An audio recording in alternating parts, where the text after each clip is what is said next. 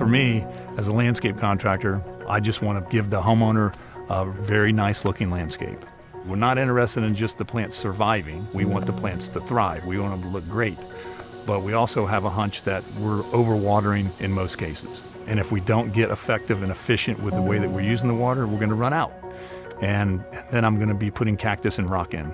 And that's not what I want to do. Florida's population is growing at an explosive pace, driving rapid land development across the state. Every day, new communities pop up, bringing landscaping that demands enormous amounts of water. My name is Basil Iannone. I am an ecologist. My research is trying to mitigate the impacts of urbanization on our water in Florida. 40 to 60% of our household water use is used to maintain our landscapes, and it's impacting our water quantity and quality. But this water problem doesn't begin with irrigation systems. It begins with the ground these landscapes are built on. My name is Mark Singleton. I am a soil ecosystem restoration specialist. Soil ecosystems are essential for reducing your need to irrigate before construction begins. There's a natural layer of topsoil that is full of organisms that actually help feed the plants and holds water in the root zone, allowing the plant to absorb it when needed. During construction, that native topsoil is typically buried beneath compacted subsurface fill used to grade the site for drainage. It's a great foundation for structures, but a poor foundation for plants. Often sandy and low in organic matter, these development soils struggle to hold water and nutrients, forcing landscapes to rely heavily on irrigation and fertilizer to survive. On average, people will use about 991 gallons of water per irrigation event. That's equivalent to running your dishwasher 50 times or standing in a shower for 8.25 hours. And much of that water never reaches the landscape at all. A third of the water that we're using for irrigation ends up as overspray, just hitting the impervious surfaces such as our patios, our driveways. That excess water runs off, often carrying fertilizers into Florida's natural waterways. 25% of the water bodies in Florida have high levels of nutrients in them, and they can be very detrimental to the plants and the wildlife in the aquatic ecosystem. Florida has some serious water issues that we're trying to address, and it's only going to get worse if we don't do something about it.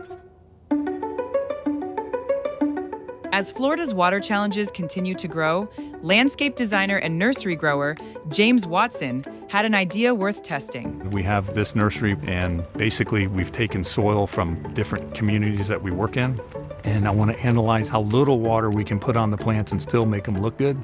With help from UF IFAS Center for Land Use Efficiency, that idea evolved into a controlled experiment, bringing together partners focused on doing it right, a collaboration now known as the DIRT Project. So what we're doing at the DIRT Project is we're testing different plants and how they performed under different soil conditions with the least amount of irrigation possible. Soils ranging from poorly drained to highly drained were shipped in from development sites across Central Florida. 72 12 by 12 foot test plots were dug 2 feet deep and filled with those soils. Then we gave half of the plots compost, and they left the other half without compost. Each plot had irrigation installed, as it would be in a new landscape, and was planted with an assortment of drought-tolerant ornamentals, both native and non-native.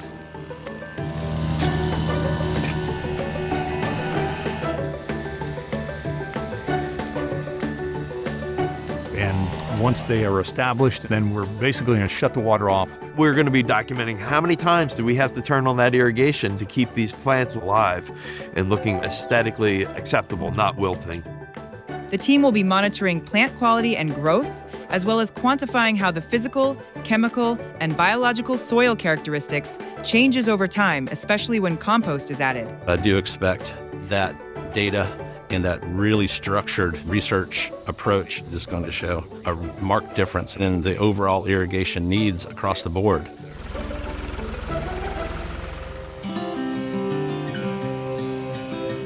Over the next 2 years, the DIRT Project will continue tracking how plants and soils perform under development conditions. Our findings will help us identify those specific plant species that could thrive with the least amount of water. And we'll also understand how amending the soil with compost actually helps improve the aesthetics of plants and the ability to reduce irrigation demand. I hope the results will give me a really solid list of what plants to use in each soil type so that we can create the best plant palette for that community. It's important for us that we have this data that we can present to these developers and builders and local municipalities so that they understand that there are ways to improve the process. We're going to develop outreach and extension programming for key stakeholders who we think could benefit from learning about how this project tries to mitigate the issue of excessive irrigation. This includes hosting 3 guided tours of the experiment site and creating a practical guidebook, giving land managers and developers clear, feasible planting strategies they can use to conserve water.